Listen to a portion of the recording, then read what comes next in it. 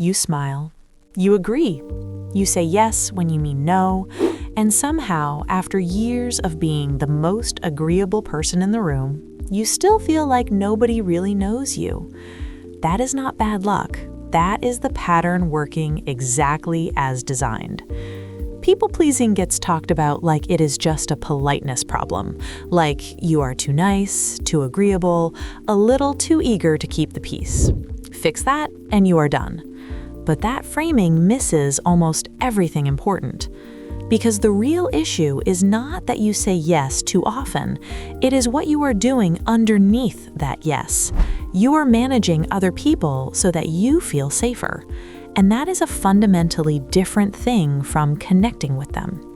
I have worked with people pleasers for a long time, and almost every single one of them has the same complaint, buried somewhere under all that agreeableness. They feel alone. Not lonely in an obvious way.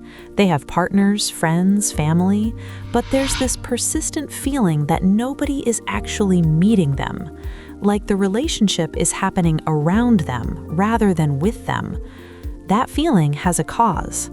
When someone grows up learning that their approval depended on being easy, on not rocking the boat, on reading the room and adjusting constantly, they internalize something very specific. My needs are dangerous. My real reactions make people leave. The only safe version of me is the smooth, agreeable, helpful one. So they build that version, and they bring it into every relationship. The problem is that you cannot connect with a performance.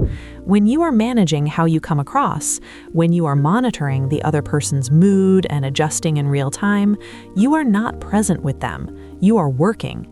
And the other person, if they are paying attention, can feel it. They just cannot name it. They feel something slightly off, something a little too frictionless.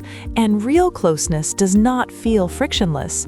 It feels like actual contact between two real people, which means sometimes it is slightly uncomfortable. Here's what gets suppressed in people pleasers that matters enormously. Anger. Not the explosive kind, just normal, healthy frustration. The kind that says, I do not want that. That was not okay.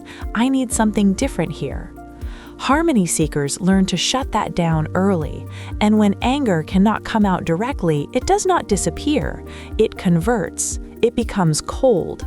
It becomes withdrawal. It becomes forgetting things your partner asked for, going quiet after a conflict, pulling back physically or emotionally without ever saying why.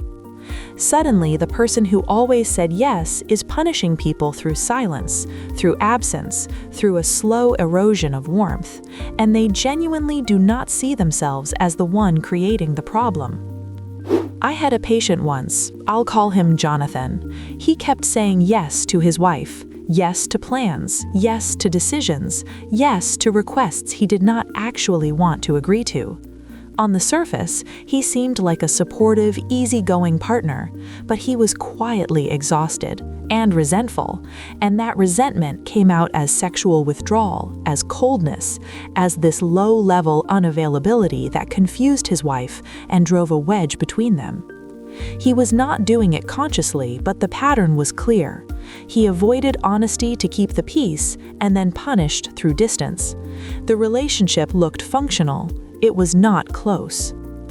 This is what harmony seeking actually produces over time, not warmth, not safety, resentment and loneliness, with a thin layer of niceness on top. And here's the fear underneath all of it. Rejection, specifically the anticipatory version. People pleasers do not just fear being rejected after saying no. They imagine the other person's disappointment so vividly in advance that they say yes before anyone even reacts. They are not responding to what is happening. They are responding to a projection, a story they are telling themselves about how badly this will go if they speak honestly. What is interesting is how often that projection is wrong. People who start practicing saying no carefully in low-stakes situations almost always report the same thing. The other person accepted it much more easily than expected. Nobody collapsed. nobody left. The feared catastrophe did not happen. And they feel, sometimes for the first time, like they handled something from their actual self, rather than from the managed, careful version they usually present. That experience matters because it starts to loosen the belief underneath the whole strategy. The belief that says, my real self is too much, or not enough, or fundamentally unwelcome. So what does changing this actually look like? It starts with noticing. Before you can do anything differently, you need to catch yourself in the moment when the old reflex kicks in. You get a request, your stomach tightens, you feel that pull to say yes immediately. That moment, right there, is where the pattern begins. You do not have to blow it up. You just need to pause and ask, what do I actually want here? One exercise worth trying is what I would describe as a perspective shift. When you feel triggered or resentful in a relationship situation, try stepping out of your own immediate reaction and doing 3 things. First, really feel your own grievance. Let it be real without immediately suppressing it. Second, shift and genuinely try to imagine what the other person is experiencing. Third, pull back to a wider view and look at both sides with some objectivity.